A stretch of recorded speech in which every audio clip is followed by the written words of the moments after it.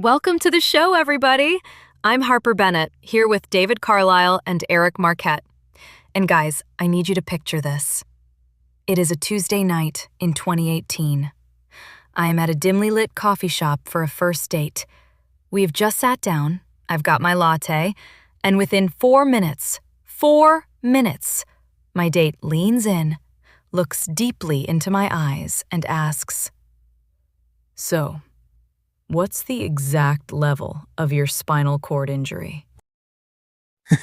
Wow, just skipping right past what's your favourite movie and going straight for the medical charts. Straight to the charts. I was like, well, I'm a T12 paraplegic, but more importantly, do you like the new Avengers movie? It is the classic disclosure dilemma. When you are navigating the dating world as a disabled person, you basically have two choices: the profile proactive approach or the wait and see strategy. Okay, I know what wait and see implies, but what does profile proactive actually look like in practice? Is that just making sure the wheelchair is in the first photo? Exactly.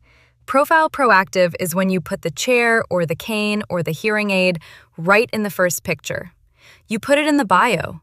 It weeds out the people who are going to be weird about it immediately. But the downside is, you end up doing a ton of emotional labor before you even get to the date. You become an educator instead of a romantic prospect. And if you do wait and see, you avoid the initial interrogation, but then you have to manage the big reveal, which shouldn't even be a reveal, it's just your body. Exactly. But here is the thing that makes all of this so much heavier than just an awkward coffee date. David, you know this from advocating for your kids.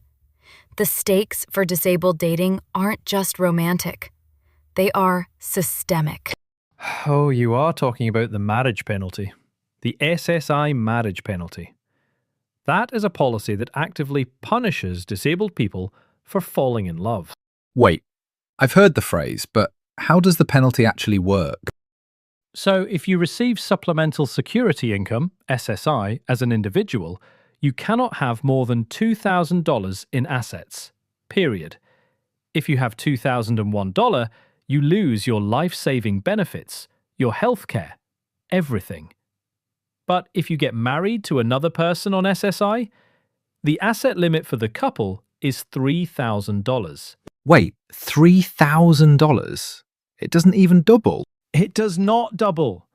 Two individuals can have $4,000 total while single, but if they sign a marriage certificate, the government says they can only have $3,000 combined. It is a literal financial penalty for getting married.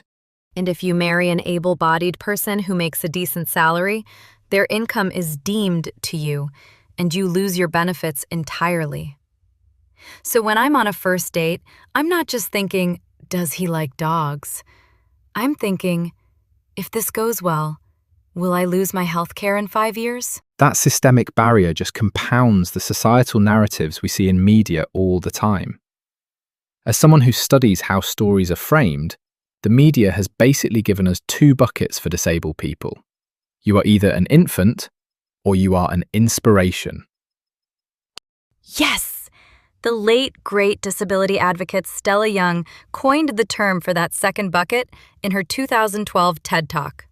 She called it inspiration porn. Inspiration porn, right? Where a disabled person is objectified just for existing, solely to make able-bodied people feel better about their own lives. Wow, you went to the grocery store today? You are so brave. No, Brenda, we're just out of milk. But that narrative completely strips away any sense of sexual agency or desirability. It desexualizes us. And then, on the complete opposite end of the spectrum, you have the devotee phenomenon. I actually don't know that term. What is a devotee? A devotee is someone who specifically fetishizes disability. They are seeking out a partner because of the wheelchair or the amputation. So you're stuck between people who think you're made of glass and people who are fetishizing the glass.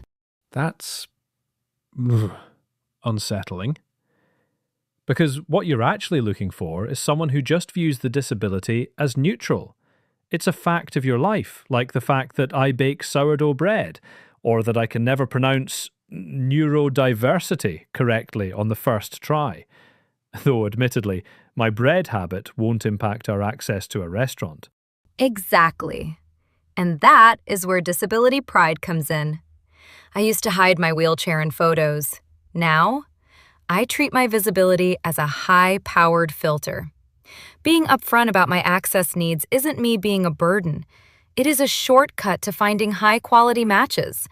If a guy is annoyed that he has to call a restaurant to ask if they have a step at the entrance, he's not the right guy. A high-powered filter? I love that framing, because it immediately tests their willingness to be a true partner rather than just a passenger. That transition from dating into a real, sustained partnership brings up something I see a lot, even just in platonic friendships. The line between help and support. Oh, the golden line. As an occupational therapist, this is my entire professional life, and also my personal life. Right.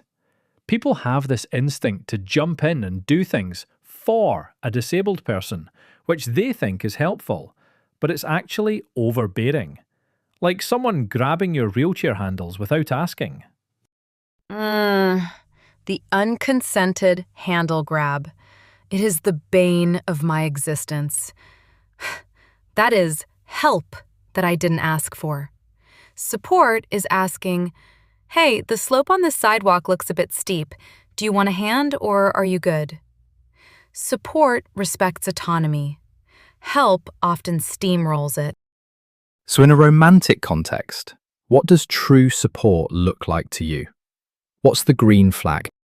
The ultimate green flag is what I call the ramp situation text. The ramp situation text? Yeah, it's when you are dating someone and they suggest a venue, and before you even have to ask, they text you. Hey, I checked out that Italian place. The front entrance has 0 steps, the bathroom is fully ADA compliant, and I reserved the standalone table so we don't have to squeeze past booths. See you at 7. Wow. They just took on the mental load of accessibility. They took the mental load. That right there, that is romance. Because they aren't just looking for physical compliance. They are looking to create a space where I can just be Harper, not Harper the accessibility coordinator. And that shifts the whole dynamic. Because the societal narrative often tells disabled folks that they should just be lucky to have someone who puts up with the extra logistics. Yes, and that is why I am obsessed with this concept of radical agency. Dating as a disabled person is a radical act. We have to violently reject the idea that we are a burden or that we are lucky someone chose us. If someone dates me, they get a witty, rock-climbing OT who will absolutely destroy them at pop culture trivia. They are lucky to be with me. Radical agency. Rejecting the charity myth and claiming your space. I think that's the exact right place to leave it today. Harper, David, this was fantastic. We'll see everyone next time.